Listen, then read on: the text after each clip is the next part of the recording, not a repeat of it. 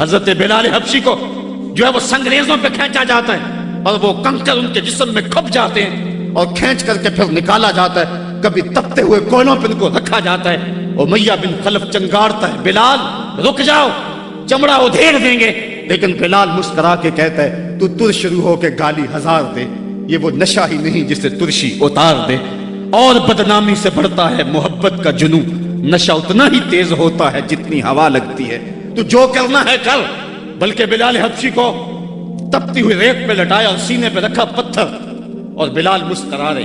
اور کوئی شخص پاس سے گزرا, کہا بلال مسکرا رہے ہو اور یہ تمہارے اوپر اتنا ظلم اور جبر کر رہے ہیں. تو بلال حبشی نے جو جواب دیا, کہا تم بازار میں جاتے ہو نا مٹی کا برتن خریدنے, تو اس کو بھی ٹھونک بجا کے دیکھتے ہو کہ اس کی آواز تو ٹھیک ہے, کہیں کچا تو نہیں ہے. کہا تم تو برتن بھی خریدتے ہو تو ٹھونک بجا کے دیکھتے ہو, میرا رب بلال کی خریداری کر رہا ہے, وہ ٹھونک بجا کے دیکھ رہا ہے کہ کہیں بلال کچا تو نہیں ہے. میں کہتا ہوں مالک خرید لے بلال کو, خرید لے بلال کو, یہ کچا نہیں ہے, تیری راہ میں جان بھی مارنی پڑی تو قربان کر دے گا. آج شور ہم نے ڈالا ہوا ہے, بڑا مشکل ہے دین کے اوپر چلنا. ذرا اس کی کہانی بھی پڑھو, ذرا اس کی زندگی بھی دیکھو کہ جس کی دونوں ٹانگوں کو دونوں اونٹوں کے ساتھ باندھ دیا گیا اور کہا پھر جا اپنے نظریے سے, ورنہ ابھی جب اونٹوں کو ہانکیں گے تیرا جسم چر جائے گا اور دو حصوں میں تقسیم ہو جائے گا. اس نے کہا کر لو جو کرنا ہے. اور جب اونٹوں کو ہانکا لگایا گیا, ہمیں تاریخ بتاتی ہے کہ جب اس کا جسم چرنے لگا اور سرخ سرخ قطرے گرنے لگے, تو ہمیں ہماری عقل تو یہی کہتی ہے کہ اس نے چیخوں سے آسمان کو سر پہ اٹھا لیا ہوگا. لیکن ہمیں تاریخ نے بتایا جب تک زباں بولتی رہی اس کے لبوں پہ یہی تھا, فزتو برب الکعبہ, فزتو برب الکعبہ, کعبے کے رب کی قسم میں زندگی کی بازی جیت گیا ہوں. آج شور ہم کر رہے ہیں, یار ہم سے تو وہ عورت اچھی, ابھی دور کی بات نہیں ہے. اقبال نے نظم کیا, وہ ایران کی طاہرہ نامی عورت جس کو ایک کنویں کے کنارے کھڑا کیا, اس کے سامنے اژدہا ڈالے اس کنویں کے اندر اور بچھو ڈالے اس کنویں کے اندر. کہا پھر جا اپنے نظریے سے ورنہ اس میں پھینک دیں گے تجھے. اس نے کہا مجھے ایک رات کی مہلت دے دو. کہا جا دی. رات گزر گئی, پھر وہاں لے جایا گیا, کنویں کے کنارے کھڑا کیا گیا. وہ کنواں جس میں اس کے سامنے بڑے بڑے سانپ اور اژدہا ڈالے تھے. کہا پھر جا اپنے نظریے سے ورنہ تجھے دھکا دے دیں گے اور یہ سانپ تیری بوٹیاں نوچ لیں گے. اس نے کہا پھینک دو. کہا تو نے رات سوچا نہیں ہے؟ کہا میں نے سوچنے کے لیے رات تو نہیں مانگی تھی, میں نے رب کی عبادت کے لیے مانگی تھی, میں نے تو استقامت طلب کرنے کے لیے مانگی تھی, رب سے یہ عرض کرنے کے لیے رات مانگی تھی مالک عورت ذات ہوں, اور میرے سامنے اتنے سانپ اور اتنے بچھو پھینکے گئے, اور جب میں ڈالی گئی نا اس کنویں میں تو وہ میری بوٹیاں توڑیں گے, مجھے ڈنگ ماریں گے. کہیں ایسا نہ ہو کہ میری چیخوں کی آواز غیر محرم سنیں اور پھر وہ تمسخر اڑائیں اس پہ, اور محمد عربی کی امت کی ایک باندی پر وہ تمسخر اڑائیں اور کہے اڑائیں. میرے مالک مجھے صبر دے دے, مجھے حوصلہ دے دے, اور میں نے رب سے یہ حوصلہ مانگ لیا ہے, اب پھینک دو, تم میری چیخ نہیں سنو گے. ہم میں سے تو وہ عورت اچھی تھی, اور آج ہم جو ہے وہ کہتے ہیں بڑا چلنا مشکل ہے دین پہ. ان کی چمڑیاں بھی ادھیڑ دی گئی. حضرت خباب بن ارت کے ساتھ کیا نہ ہوا, حضرت سمیہ کے ساتھ کیا نہ ہوا, حضرت زنیرہ کے ساتھ کیا نہ ہوا. پڑھیں تاریخ, عظیمتوں پہ مشتمل تمہاری تاریخ ہے.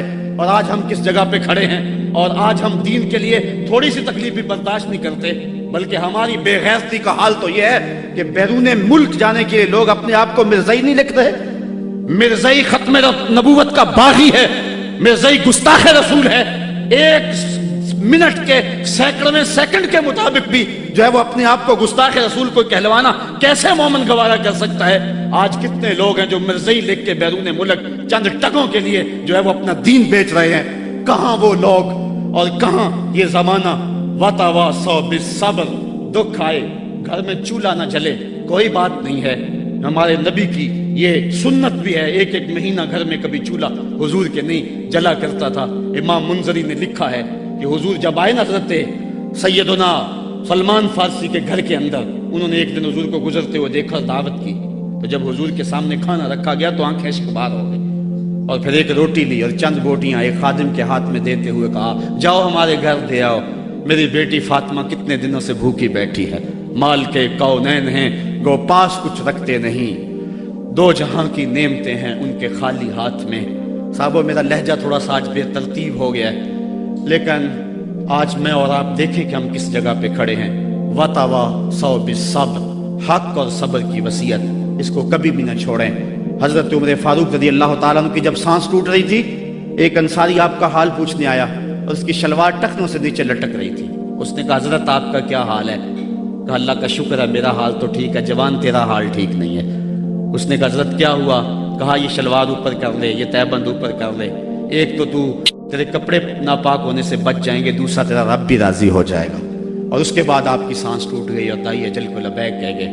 تو وصیت کے عمل کو آج ہم نے چھوڑ دیا ہوا ہے، اور آج ہماری جو حالت ہے اور جس جگہ پہ ہم کھڑے ہیں، اسی کشتی کو ہے خوف تلاطم صد حیف منہ موڑ دیے تھے جس نے بڑھتے ہوئے طوفانوں کے۔ ہم ٹوٹتے تھے تو زمانہ ہمیں راستہ دیتا تھا، دنیا ہماری باج گزار تھی اور ہم کائنات کے حکمراں تھے، لیکن آج وہ لمحے، وہ اندلس کی کہانیاں اور وہ سسلی اور سکلیا کے اندر جو کچھ ہماری جو ہے وہ عظیمتوں کی کہانیاں تھیں، آج کہاں ہیں؟ آج کابل میں، کندھار میں، قلعہ جنگی میں، دشت لیلہ میں، تورا بورا میں، تکریت میں، موصل میں، بغداد میں، القدس میں، کشمیر میں، دریائے آمو کے دونوں کناروں پر اور ڈل جھیل کے اندر تیرتی ہوئی لاشیں آج کیا کہانی بتا رہی ہیں، اور ہم کس جگہ پہ کھڑے ہیں۔ صاحبو، ہمیں پوری طرح سے یکسوئی سے آگے بڑھنے کی ضرورت ہے، اور سورۃ العصر ہمیں جس سمت بلا رہی ہے، یہ اس عصر اور اس زمانے کا تقاضا ہے۔ اللہ تعالیٰ میرے بے ترتیب جملوں کو اپنی بارگاہ میں قبول فرمائے، اور وہ رب ایسا فرماتا ہے اشہد بلال عند اللہ اشہد، بلال کی اشہد بھی اللہ کے ہاں اشہد ہے، تو اللہ تعالیٰ میری اشہد کو قبول کر لے اور میرے لفظوں کا درد دلوں میں اتار دے، اور اللہ امت کو کھویا ہوا مقام عطا فرما دے۔ کار ما آخر شدو آخر زما کار نشد، مشتے خاکے ما غبارے کوچائے یارے نشد۔ ورنہ جی تو نہیں چاہتا تھا کہ بات کو چھوڑوں، جی چاندہ اس رات نو میں محشر دی فجر تک روک لواں، جے وس چلے میرا تے سونے نو حشر تک روک لواں۔ نہ نظر کرم دی چات مکے، نہ یہ بات مکے، نہ یہ رات مکے، مگر دل کے ارمانہ پورے ہوئے تھے ابھی، یہ غضب ہو گیا کہ سحر ہو گئی۔ ان کی زلفیں جدھر بھی بکھرتی گئی، گیت گاتی ہوئی شب ادھر ہو گئی۔ ان کی آنکھوں میں ایسا نشہ تھا فراز، جس نے دیکھا وہی لڑکھڑاتا گیا۔ اس سمت ہی بہاروں کے رخ پھر گئے، جس طرف کے نشیلی نظر ہو گئی۔ چاند گہنا گیا، مہر شرما گیا، حسن ہر ایک شے کا سوا ہو گیا۔ ان کے آنے کا یارو مزہ آ گیا، پوری دنیا ہی شیر و شکر ہو گئی۔ کن کی کنجی ہے جس کی زباں وہ نبی، جس کی قرآن ہے داستاں وہ نبی۔ ان کی نظروں کی وسعت کی کیا بات ہے، جب بنی ہم پہ ان کو خبر ہو گئی۔ تم سے فریاد ہے گنبد خضرا والے، کعبے والوں کو ستاتے ہیں کلیسا